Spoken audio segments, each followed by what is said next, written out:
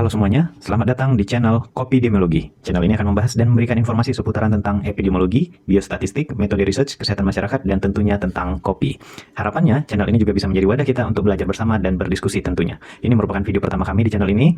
Welcome to our channel. Belajar epidemiologi sambil seruput kopi. Pada video pertama ini, kita akan membahas tentang konsep dasar epidemiologi. Oke, untuk mempersingkat waktu, kita langsung mulai aja. Kita mulai video ini dengan pertanyaan, what is epidemiology? Pasti semua sudah pada familiar dong dengan definisi epidemiologi. Tapi, kali ini kita akan mendiskusikan kembali tentang apa itu epidemiologi. Pertama, kita coba ulas dari asal katanya. Epi sama dengan upon, demi sama dengan people, and ologi sama dengan study. Jadi, epidemiologi adalah studi yang mempelajari apa yang terjadi di populasi atau masyarakat. Karena epidemiologi itu adalah bagian dari kesehatan masyarakat, jadi epidemiologi akan membahas tentang masalah-masalah kesehatan yang terjadi di masyarakat. Itu kalau dari asal katanya. Selanjutnya, kita lihat definisi epidemiologi berdasarkan literatur yang ada. Misalnya, saya mengambil dari CDC. Epidemiology is the study of the distribution and determinants of health-related states or events in specified population, and application of the study to control of health problems. Atau definisi epidemiologi yang paling umum digunakan. Epidemiologi adalah ilmu yang mempelajari tentang distribusi, frekuensi, dan determinan penyakit atau masalah kesehatan pada manusia atau masyarakat. Jadi, dari definisi epidemiologi ini ada beberapa kata kunci penting yang perlu kita bahas. Namun pada video ini kita hanya membahas satu kata kunci saja, yaitu distribusi. Dalam hal ini, distribusinya adalah distribusi penyakit, atau masalah kesehatan, atau suatu faktor risiko penyakit tertentu. Kenapa sih mempelajari distribusi? Atau kenapa sih distribusi perlu dipelajari? Oke, kita perlu ketahui terlebih dahulu basic assumption dalam epidemiologi. Ini saya ambil dari buku Gordis Epidemiologi ya, salah satu buku referensi epidemiologi yang menarik. Di dalam bukunya dikatakan bahwa asumsi dasar dalam epidemiologi adalah why does a disease develop in some people and not in others? The premise underlying epidemiology is that disease, illness, and ill health are not randomly distributed in human populations. Misalnya, ada masalah kesehatan yang sedang dihadapi, kita sebut saja penyakit X. Kita cari tahu dulu penyakit X ini menyerang siapa saja, di mana saja, dan kapan saja. Contoh, misalnya, hanya menyerang di desa A saja. Apakah penyakit tersebut terjadi kebetulan di desa A tersebut? Tentu tidak kan? Dalam epidemiologi, penyakit X tersebut terdistribusi atau ada di desa A ini tidak secara kebetulan, tetapi ada yang menyebabkannya. Dalam epidemiologi, distribusi penyakit atau masalah kesehatan dibagi menjadi tiga, yaitu distribusi berdasarkan orang, tempat, dan waktu.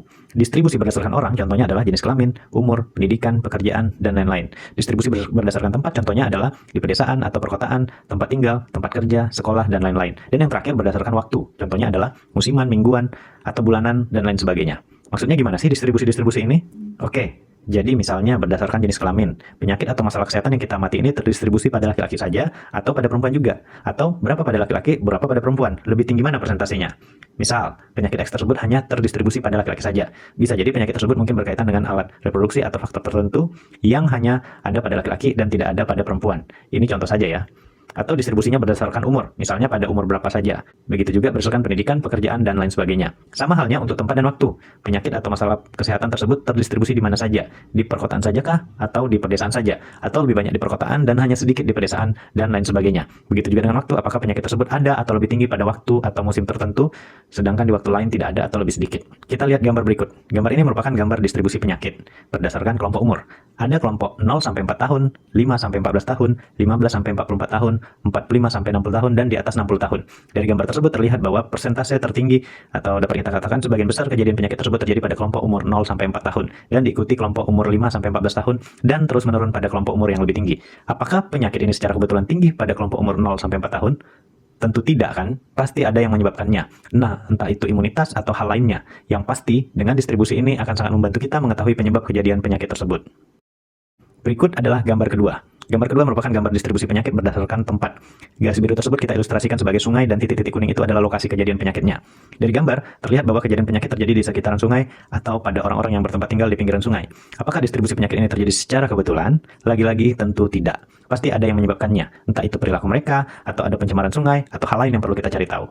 Tapi, dengan mengetahui distribusi berdasarkan tempat ini, sangat membantu kita untuk mencari tahu penyebab penyakit tersebut. Untuk semakin memahami tentang distribusi ini, kita lihat satu gambar lagi. Gambar ketiga ini merupakan gambar distribusi penyakit berdasarkan waktu. Terlihat bahwa penyakit tersebut tinggi pada bulan Agustus. Lagi-lagi, kalau ditanya, apakah penyakit tersebut kebetulan tinggi pada bulan Agustus?